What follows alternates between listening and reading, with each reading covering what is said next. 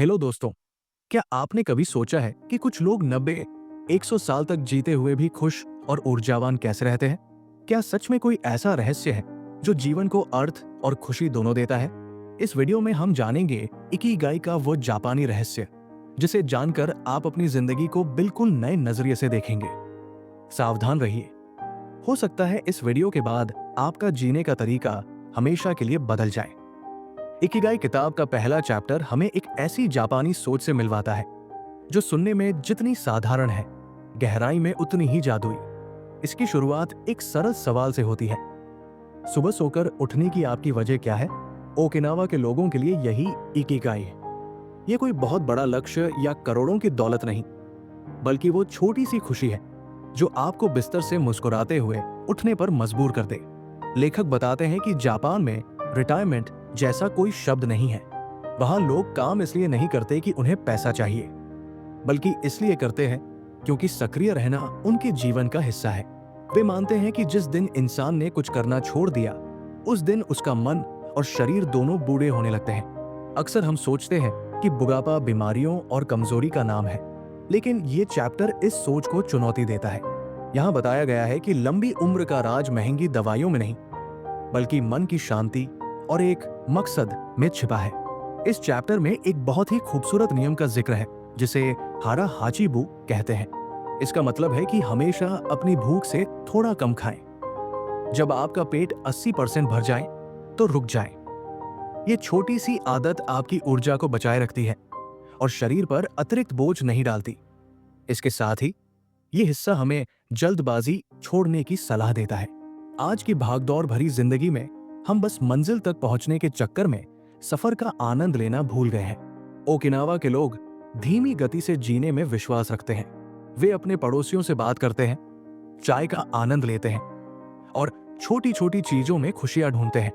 संक्षेप में कहें तो अगर आपके पास जीवन में एक छोटा सा भी क्यों वाई है, तो आपका शरीर और मन खुद ब खुद स्वस्थ रहने के रास्ते ढूंढ लेते हैं। यह हमें याद दिलाता है कि सक्रिय रहना, जरूरत से कम खाना और तनाव को कम करना ही वो जादुई नुस्खा है जिसे हम बाहर की दुनिया में तलाश रहे हैं। दूसरे चैप्टर में लेखक हमें उम्र को मात देने यानी एंटी एजिंग के उन रहस्यों के बारे में बताते हैं जो प्रयोगशालाओं में नहीं, बल्कि ओकिनावा के लोगों की रोजमर्रा की आदतों में मिलते हैं। यहाँ सबसे बड़ी बात ये कही गई है कि हमारा दिमाग और शरीर एक दूसरे से पूरी तरह जुड़े हुए हैं। अगर आपका मन जवान है और वो नई चीजें सीखने के लिए उत्सुक रहता है, तो आपका शरीर भी उसी हिसाब से प्रतिक्रिया देता है। अक्सर हम सोचते हैं कि एक उम्र के बाद हमें आराम करना चाहिए, लेकिन ये चैप्टर कहता है कि दिमाग का आराम ही दरअसल उसे बूढ़ा बनाता है।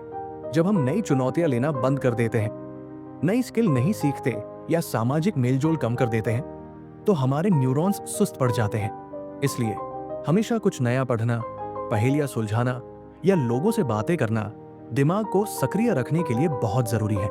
इसके बाद वो तनाव यानी स्ट्रेस पर बात करते हैं। आज की भागदौड़ भरी जिंदगी में हम जिस छोटे मोटे तनाव को मामूली समझते हैं, वही असल में हमारी कोशिकाओं, सेल्स को सबसे ज्यादा नुकसान पहुंचाता है। ओकिनावा के लोग तनाव को पालते नहीं हैं। वे जल्दबाजी, हरी को एक बीमारी मानते हैं। उनके लिए समय का मतलब घड़ी की सुइयां नहीं, बल्कि उस पल को जीना है। वे सिखाते हैं कि अगर आप शांत मन से अपना काम करते हैं, तो आपका शरीर कॉर्टिसोल जैसे हानिकारक हार्मोन से बचा रहता है। एक और दिलचस्प बात यहाँ सिटिंग डिजीज के बारे में कही गई है, यानी ज्यादा देर तक बैठे रहना। लेखक बताते हैं कि लंबी उम्र जीने वाले लोग जिम नहीं जाते, बल्कि वे पूरे दिन किसी न किसी बहाने चलते फिरते रहते हैं, चाहे वो बगीचे में काम करना हो या पैदल बाजार जाना। अंत में अच्छी नींद और सकारात्मक नजरिया ही वो असली क्रीम है जो आपको अंदर से जवान रखती है।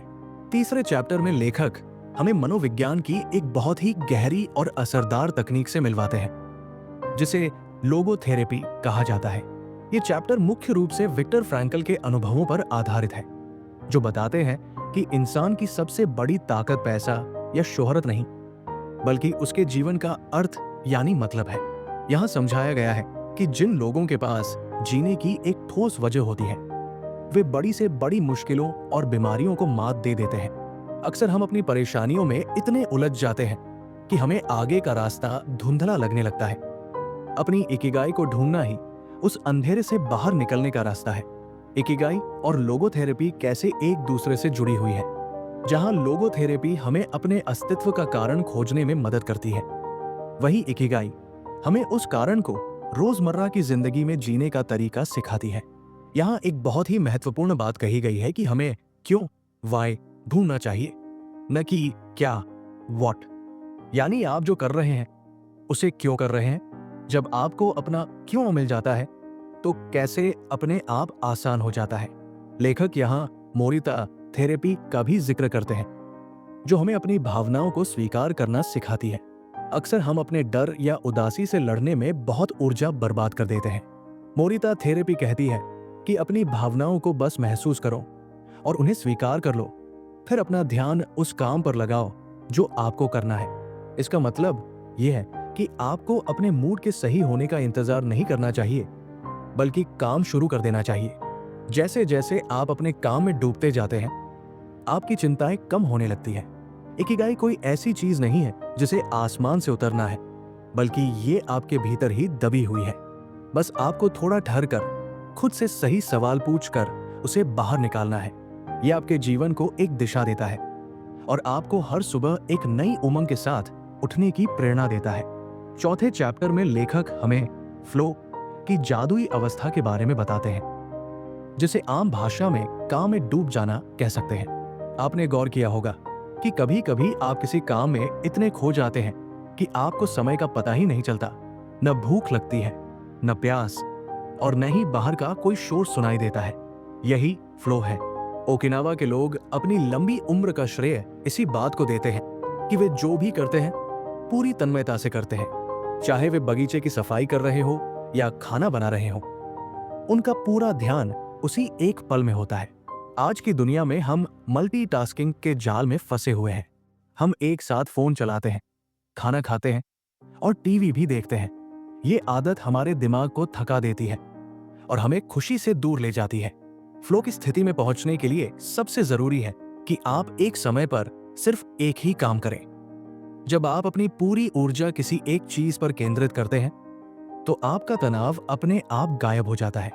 यहाँ एक और कमाल की बात कही गई है, काम को न तो बहुत आसान होना चाहिए और न ही बहुत मुश्किल। अगर काम बहुत आसान होगा तो आप बोर हो जाएंगे, और अगर बहुत मुश्किल होगा तो आप घबरा जाएंगे। असली आनंद तब आता है जब चुनौती आपकी क्षमता से थोड़ी सी ज्यादा हो। इस चैप्टर में जापानी कारीगरों का उदाहरण दिया गया है, जो घंटों तक बारीक काम करते हैं और उसमें उन्हें एक अलग ही सुकून मिलता है। वे परिणाम की चिंता नहीं करते, बल्कि उस प्रक्रिया से प्यार करते हैं।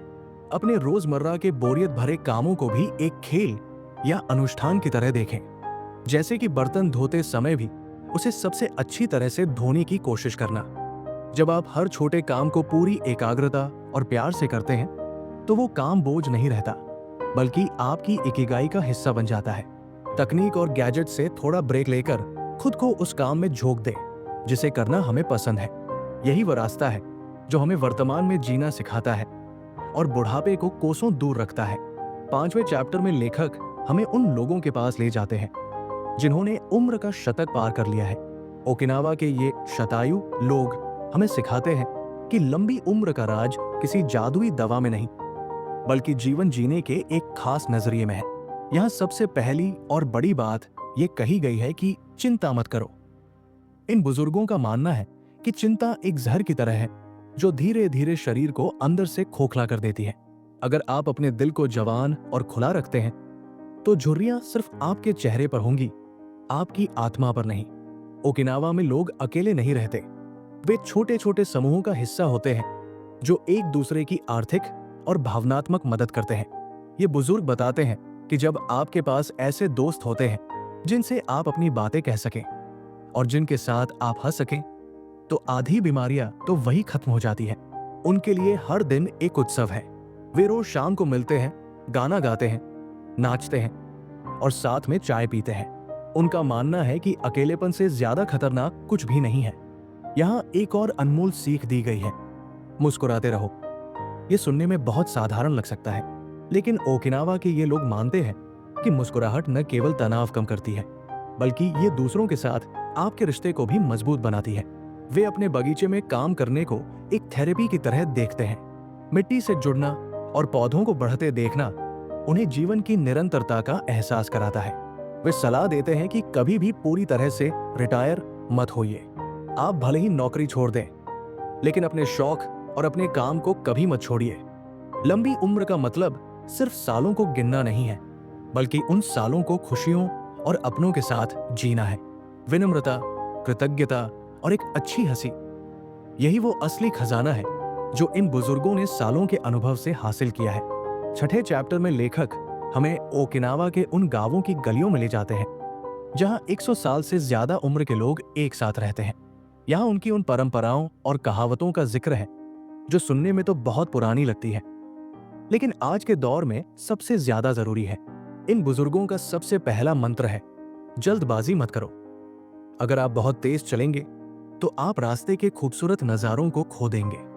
उनके लिए जीवन कोई रेस नहीं है जिसे जीतना है, बल्कि एक लंबा सफर है जिसे धीरे धीरे और स्वाद लेकर जीना है।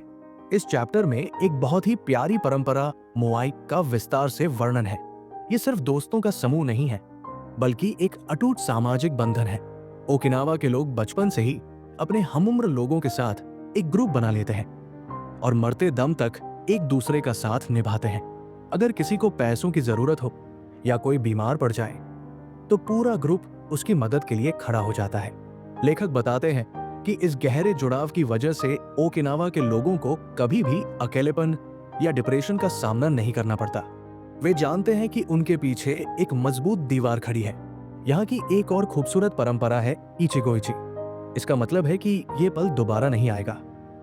चाहे आप किसी अजनबी से मिल रहे हो या अपने पुराने दोस्त के साथ चाय पी रहे हो, उस मुलाकात को ऐसे जिए जैसे वो आपकी आखिरी मुलाकात हो। ये सोच आपको वर्तमान में पूरी तरह मौजूद रहना सिखाती है।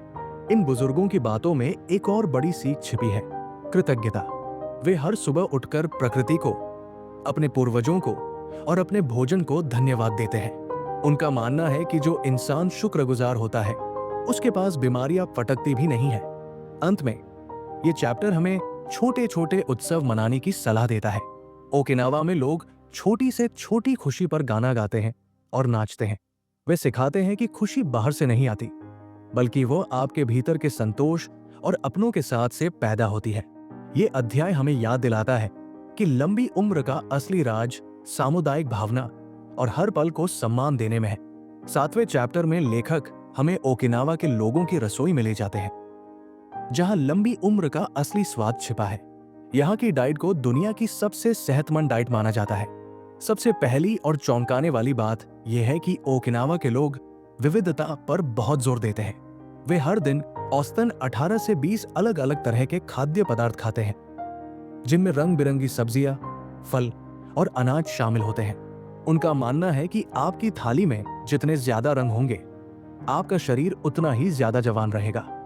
इस चैप्टर का मुख्य मंत्र वही है जिसका जिक्र पहले भी आया था, हारा हाचिबू, यानी पेट को कभी भी 100% मत भरो। जब आपको लगे कि थोड़ा और खाया जा सकता है, बस वही रुक जाओ। ओकिनावा के लोग छोटे बर्तनों और छोटी प्लेटों का इस्तेमाल करते हैं, जिससे वे मानसिक रूप से संतुष्ट महसूस करते हैं, लेकिन असल में कम कैलोरी लेते हैं। यहाँ चीनी और नमक का इस्तेमाल बहुत ही कम होता है। वे ज्यादातर भाप में पकी हुई सब्जियां, टोफू, शकरकंद और समुद्री शैवाल खाते हैं। शकरकंद को तो वहां की लंबी उम्र का मुख्य आधार माना जाता है, क्योंकि ये एंटीऑक्सीडेंट से भरपूर होता है। यहाँ चाय का भी विशेष महत्व बताया गया है, खासकर संपिंचा, जो जैस्मीन और ग्रीन टी का एक खास मिश्रण है। ये चाय न केवल शरीर की गंदगी साफ करती है, बल्कि तनाव को भी कम करती है। ओकिनावा के लोग मांस और मछली बहुत कम मात्रा में खाते हैं और उनका मुख्य ध्यान पौधों से मिलने वाले भोजन पर होता है। वे लोग जो कुछ भी खाते हैं उसे बहुत चबा चबाकर और शांति से खाते हैं। उनके लिए खाना खाना सिर्फ पेट भरना नहीं, बल्कि शरीर को सम्मान देना है। सेहतमंद रहना कोई मुश्किल काम नहीं है। अगर हम अपनी डाइट में ताजी सब्जियां बढ़ा दें, चीनी कम कर दें और अपनी भूख से थोड़ा कम खाएं, तो हम भी उन बुजुर्गों की तरह ऊर्जा से भरे रह सकते हैं। ये खान पान ही उन्हें कैंसर और दिल की बीमारियों जैसी बड़ी समस्याओं से बचाए रखता है। 8वें चैप्टर में लेखक हमें बताते हैं कि लंबी उम्र के लिए जिम जाकर भारी वजन उठाना या घंटों पसीना बहाना जरूरी नहीं है। ओकिनावा के बुजुर्गों को देखकर एक बात साफ समझ आती है कि शरीर को बस हरकत में रखना जरूरी है। यहाँ मेटाबॉलिज्म को बनाए रखने के लिए बहुत ही सरल और सहज तरीके अपनाए जाते हैं। इन लोगों के लिए व्यायाम कोई अलग से करने वाला काम नहीं है, बल्कि उनकी जीवन शैली का हिस्सा है। वे सुबह उठकर स्ट्रेचिंग करते हैं, अपने बगीचे में काम करते हैं और हर जगह पैदल जाना पसंद करते हैं। इस चैप्टर में कुछ खास पूर्वी अभ्यासों, ईस्टर्न एक्सरसाइजेस का जिक्र है जो शरीर और मन के बीच संतुलन बनाते हैं। सबसे पहले आता है रेडियो तैसो, जो जापान में बहुत मशहूर है। ये एक तरह की हल्की वार्म अप एक्सरसाइज है जिसे लोग सुबह रेडियो पर बजने वाले संगीत के साथ समूह में करते हैं। ये शरीर के जोड़ों को खोलने और ऊर्जा को जगाने का काम करती है। इसके बाद लेखक योग और तैची जैसी पद्धतियों की बात करते हैं। ताइची को चलने फिरने वाला ध्यान, मूविंग मेडिटेशन कहा जाता है, जो शरीर के लचीलेपन और एकाग्रता को बढ़ाता है। लेखक यहाँ केगोंग और शीतली जैसी सांस लेने की तकनीकों पर भी जोर देते हैं। वे बताते हैं कि सही तरीके से सांस लेना हमारे शरीर की कोशिकाओं को पुनर्जीवित करता है। ओकिनावा के लोग मानते हैं कि अगर आपका शरीर लचीला है तो आपका मन भी लचीला रहेगा। वे मुश्किल योगासन करने के बजाय शरीर को बस स्ट्रेच करने और सीधा रखने पर ध्यान देते हैं। यहाँ तक कि वे जमीन पर बैठने और उठने को भी एक व्यायाम की तरह देखते हैं, जिससे उनके पैरों की मांसपेशियां मजबूत बनी रहती है। सक्रिय रहने का मतलब खुद को थकाना नहीं है, बल्कि शरीर को प्यार से सहलाना है। चाहे वो सुबह की सैर हो या घर का छोटा मोटा काम, अगर आप हिलते डुलते रहते हैं तो बुढ़ापा आपके पास आने से कतराता है। यह हिस्सा हमें याद दिलाता है कि एक बहता हुआ झरना कभी गंदा नहीं होता, वैसे ही एक सक्रिय शरीर कभी बीमार नहीं पड़ता।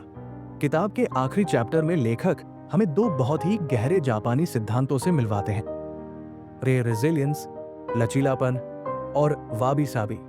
यहाँ समझाया गया है कि जीवन में मुश्किलें और उतार चढ़ाव तो आएंगे ही, लेकिन असली कला यह है कि आप उन चुनौतियों से टूटते हैं या उनसे सीखकर और मजबूत बनते हैं। ओकिनावा के लोग मानते हैं कि इकिगाई वाले इंसान के पास एक ऐसी आंतरिक शक्ति होती है जो उसे हर तूफान में टिकाए रखती है।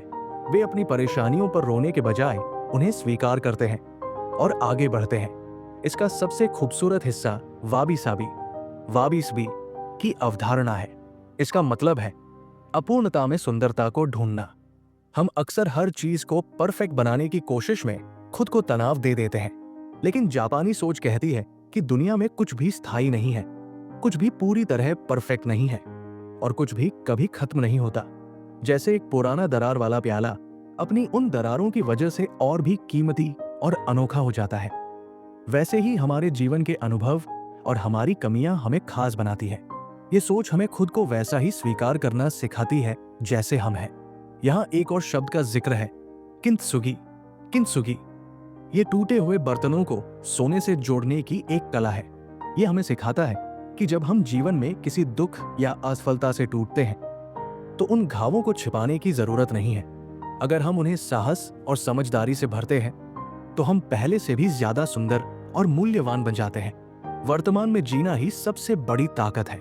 जो बीत गया उस पर पछतावा न करना और जो आने वाला है उसकी चिंता न करना ही शांति का मार्ग है। ये हमें याद दिलाता है कि अपनी इकिगाई को ढूंढना कोई एक दिन का काम नहीं, बल्कि जीवन भर चलने वाली एक यात्रा है। बस अपने जुनून का पीछा करते रहें, अच्छे दोस्तों का साथ रखें, हल्का भोजन करें, सक्रिय रहें और हर उस पल का आनंद लें जो आपको मिला है। यही वो जापानी रहस्य है जो न केवल आपकी उम्र बढ़ाता है, बल्कि आपके जीवन में गहराई और संतुष्टि भी भर देता है। अगर आपको ये वीडियो पसंद आई तो लाइक और शेयर जरूर करें। ऐसी ही प्रेरणादायक बुक समरी के लिए चैनल को सब्सक्राइब करें। पूरी वीडियो देखने के लिए धन्यवाद। मिलते हैं अगले वीडियो में।